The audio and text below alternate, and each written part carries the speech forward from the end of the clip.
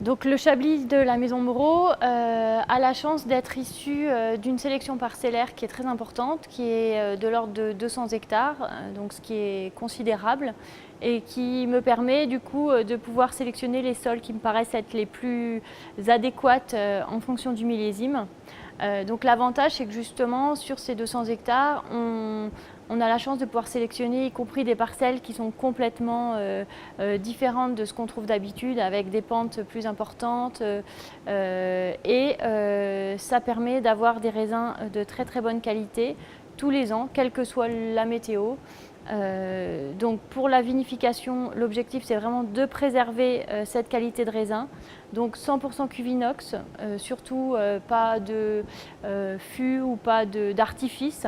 L'objectif c'est vraiment de sentir le raisin avant tout. À l'issue de l'élevage qui est d'environ 8 à 10 mois, on met en bouteille.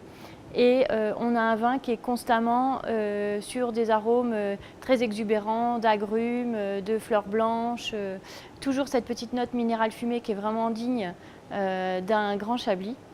Donc c'est un vin qui est génial en apéritif ou alors en accompagnement de crustacés, de poissons grillés, y compris de fromage frais.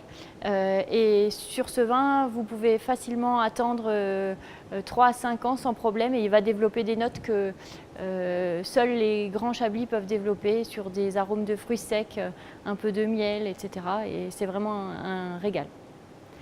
Concernant le Chablis 2014 spécifiquement, là, on est sur le millésime du bicentenaire de la Maison Moreau.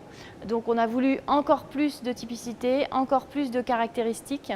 Donc on a fait une sélection parcellaire qui était encore plus précise pour avoir un vin très très marqué, très exubérant au nez, avec un potentiel de vieillissement encore plus important.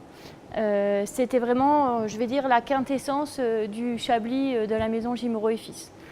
Donc sur celui-là, on peut espérer un potentiel de vieillissement encore plus important, probablement de 8 ans sans aucun problème.